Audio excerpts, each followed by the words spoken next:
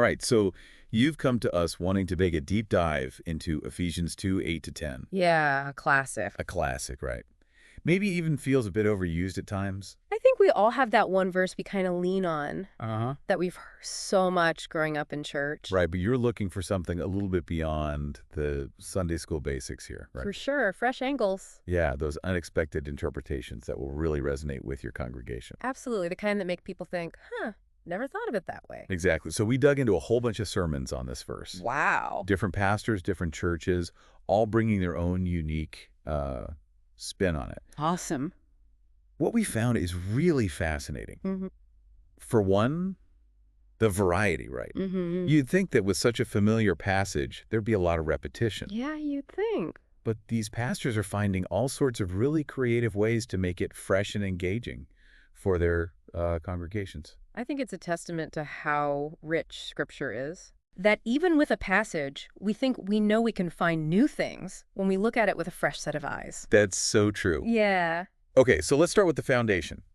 Pretty much every sermon we looked at emphasized grace as a gift. Right. Not something you earn. Of course. The big takeaway. Ephesians 2, 8 to 10's greatest hit, I guess you could say. Yeah. But what's really interesting is how these pastors bring that concept to life. Right. Yeah. Beyond just saying grace is a gift. Yeah, exactly. I think one of the things that was most interesting to me was how they used analogies. Uh-huh.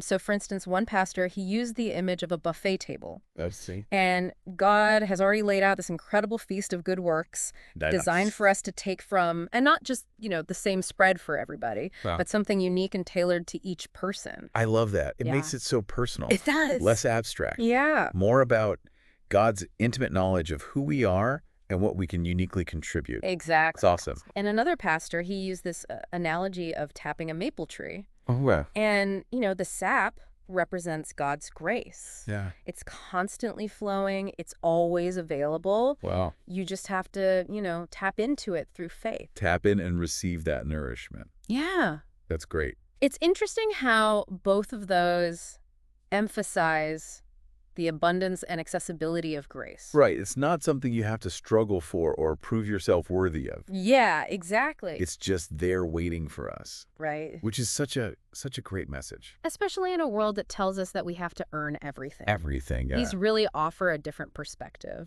That's awesome.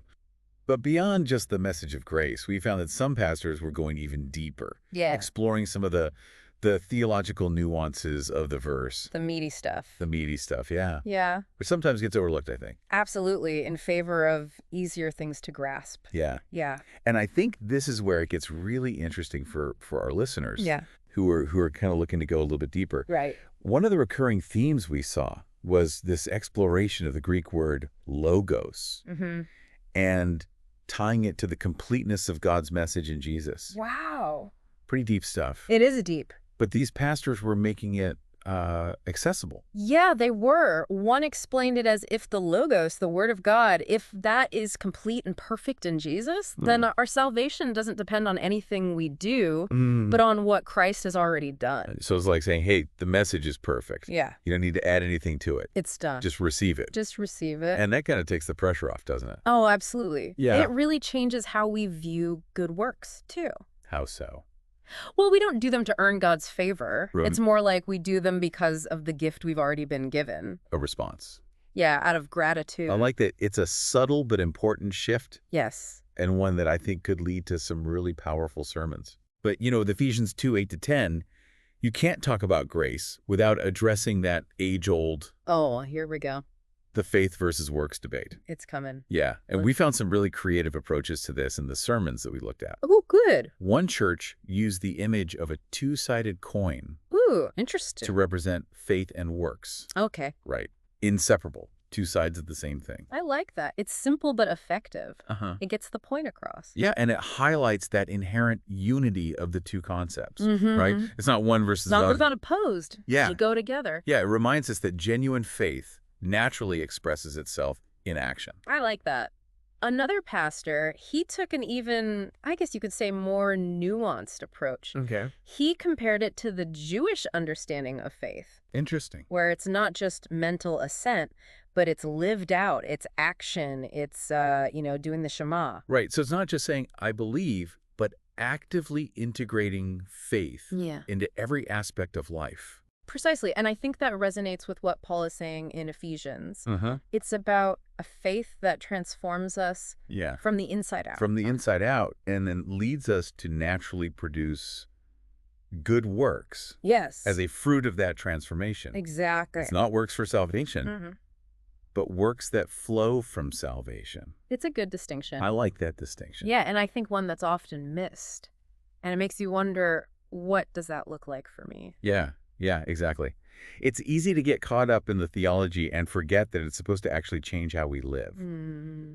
So, okay, we've seen how some pastors are unpacking this theological depth, but our listeners, they want to know, Yeah. how do I make this verse come alive Mm-hmm. for my congregation? Practical stuff. Yeah, the practical illustrations. Yeah, for sure. So what do we find? Well, one thing that really stood out to me was just how creative the illustrations were. They were going way beyond, the typical Sunday school examples. Yeah. And they were drawing from history, from science, personal anecdotes, you name it. I guess they understand the power of a good story Oh, absolutely. to really capture people's attention and make those abstract concepts more relatable. For sure. So, like, what kind of illustrations are we talking about? Okay, so one pastor, he talked about the early Christians in Roman times Okay. who were known for rescuing abandoned babies that were left to die. Wow. And you think about it, in a society where infanticide was so common, Yeah, that's heavy. these believers, they chose to embody grace. It's like they were demonstrating God's love in such a real and tangible way.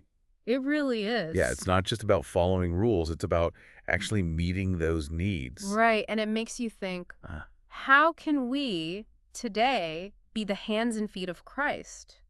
What are the abandoned babies in our own world Wow. that we're called to rescue? That's a question that could really get people thinking. It is. Another pastor, he used a more contemporary example. Oh, yeah. That I think is going to stick with people. I remember that one. He talked about a guy who had been married 29 times. 29 times. That's a lot of weddings. It is. And the point he was making is that this guy, even though he had all this outward success, all this fulfillment, really, at the end of the day, he was empty.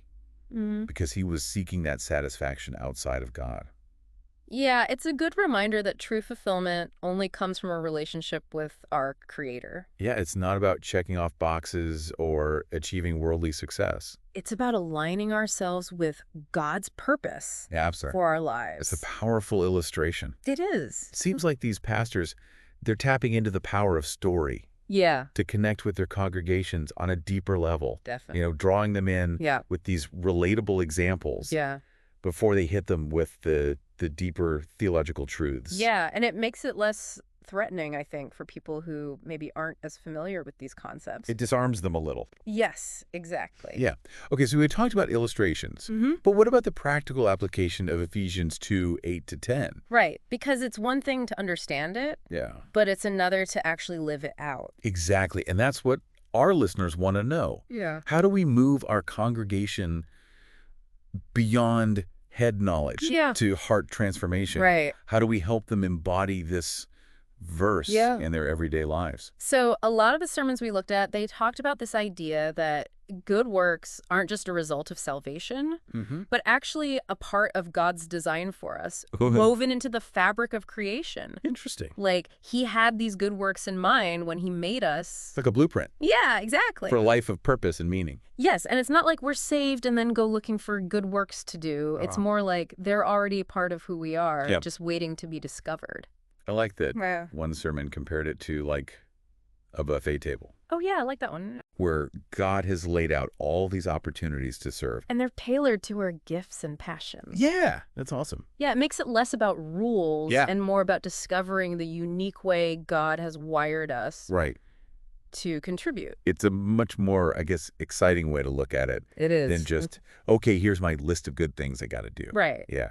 It speaks to the variety of good works, too. Yeah. It's not one size fits all. God has a purpose for each of us. Yeah. And these plans, they're as diverse as we are. Exactly. I love that. Another sermon emphasized how good works reveal our identity as God's masterpieces. Oh, wow. And the more we live out these good works, the more we become who we were meant to be. That's beautiful. It ties back into that whole grace thing we were talking about. It does. It's not about earning our worthiness. Yeah. but about letting God's grace shape us Yes. and reveal that beauty and potential he sees in us. It's a beautiful cycle. We receive grace. It empowers us to do good works, Right. which reveals our true identity, Yeah. which brings glory to God. And it's not just about us doing good things. Right. It's about reflecting God's character To the world. to the world, yeah. Being ambassadors of his love. It's a much bigger picture than just checking things off a list. Yeah, it's about becoming living examples. Embodiments Yes. of God's love. Got some action. I love it. But let's be real. Living this out day in and day out, It's hard. it's not always easy. It's not. We get busy, We get discouraged. distracted, discouraged. Life happens. Life happens. So how do we encourage our listeners to persevere, especially when it's tough?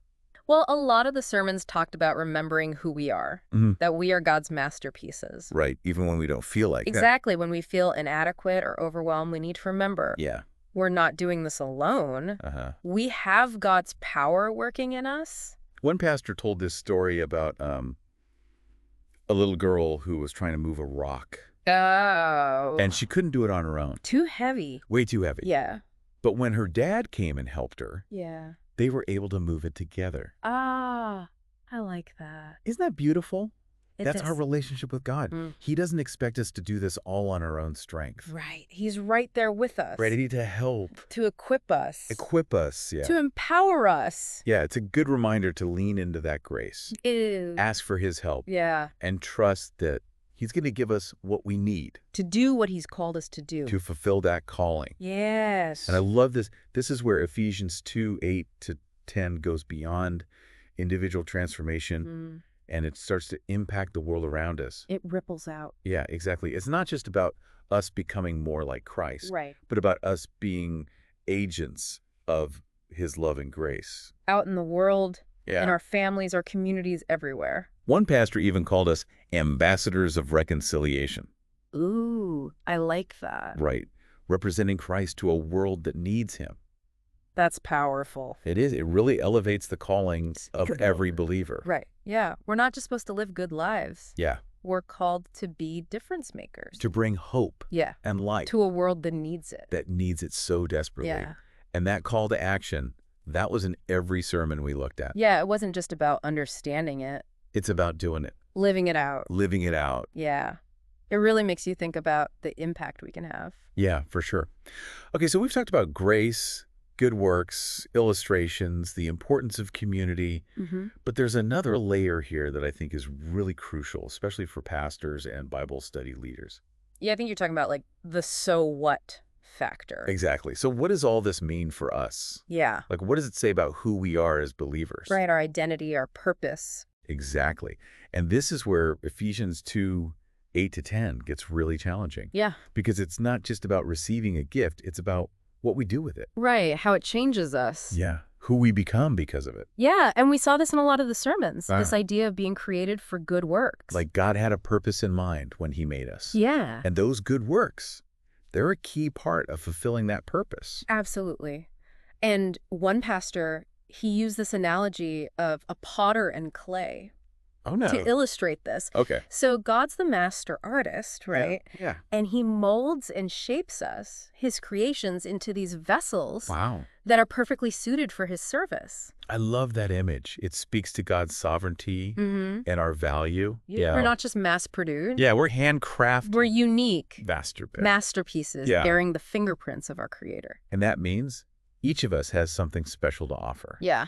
A specific way to contribute To God's kingdom. of their kingdom. I love that. Yeah, it really changes how we view good works. It does. It's not just about being nice or checking things off a list. It's Yeah. about stepping into who God made us to be. Yeah, but that level of surrender, I mean, that's tough. It is. There's definitely a tension in this passage. How so? Well, on one hand, we're saved by grace, right? Yeah. Free gift. Yeah. But on the other hand, we're called to live out that grace. In a way that's active. Yeah. Purposeful. Yeah, and it's easy to get those two things mixed up, Oh, yeah. to think we have to earn God's favor through good works. Yeah. Or, on the flip side, to just become passive Right. and think grace means we don't have to do anything. Yeah. So one sermon really hit on that, Okay. reminding us that the good works we do, they're not a means to an end. Yeah. They're an overflow of what we've already received. It's like that quote, good works are the overflow of a grateful heart. Exactly. It's a response, not a requirement. I like that. Another pastor, he used this analogy of a garden. He said, God's already planted these seeds of good works in us. Mm-hmm. Seeds of compassion, generosity, kindness, justice. Yeah. And our job is to cultivate those seeds. To tend to the garden of our hearts. I love that. And let those virtues flourish. Yeah, it's beautiful. It's about growth. It is. Transformation. Yeah, but, even with the best intentions, we're going to face obstacles. Oh, yeah, we get weary, we get discouraged, we mess up. We do. So how do we persevere? Well, one thing that kept coming up in the sermons was this idea of remembering our identity. As God's masterpieces. Yes, when we feel overwhelmed, we got to remember We're not alone. we have God's power working in us. There was this one pastor who told a story about a little girl who was trying to move a rock. Oh, yeah, I remember that one. She couldn't do it by herself. It was too heavy. Way too heavy. And her dad helped her. Yeah, and together they moved it. It's a good reminder that we need to rely on God's strength. Yeah, to ask for his help Yeah. and trust that he'll equip us. He'll give us what we need. That's Yeah. beautiful. Yeah. And then this is where Ephesians 2, 8-10, it goes even further. Yeah. It's not just about individual transformation anymore. Right. It starts to impact the world. Exactly. It ripples out. One pastor called us ambassadors of reconciliation. Yeah. Representing Christ to a world that desperately needs him. It's a powerful image. It is. It elevates our calling. It does. Right. We're not just called to live good lives, but to be difference makers. Yeah, to be agents of change. And that call to action was in every sermon we looked at. It wasn't enough to just understand Ephesians 2, 8-10. We're challenged to live it out. To make a difference. So for your next sermon or a Bible study on this passage, think about this. Yeah. How can you help your listeners move beyond just understanding? To actually doing something. Yeah, inspire them to not just hear the words, but to actually live them out. Help them see how God has gifted them, Yeah, equip them. For service. Yeah, and to find those places where God's calling them. To be his hands and feet. To make a difference. Remind them that they're not alone. They have the Holy Spirit. The support of their community. And the love of their Father. And who knows, maybe through their obedience. Yeah. Their faithfulness. Maybe they'll change the world. That's the power of Ephesians 2, 8-10. A simple verse. With the potential to transform lives. In communities. That's been an amazing dive. It has. Really eye-opening to see how this familiar passage can still offer so many new insights. So many. So for our listener who's looking for those fresh perspectives, Yeah.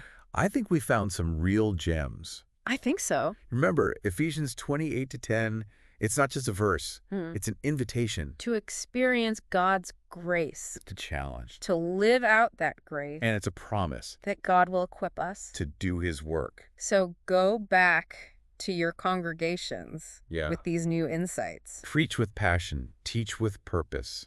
May Ephesians 2, 8-10 come alive in your churches. Ignite hearts. Transform lives. For God's glory. And that wraps up our deep dive into Ephesians 2, 8-10. See you next time. We'll see you next time on The Deep Dive.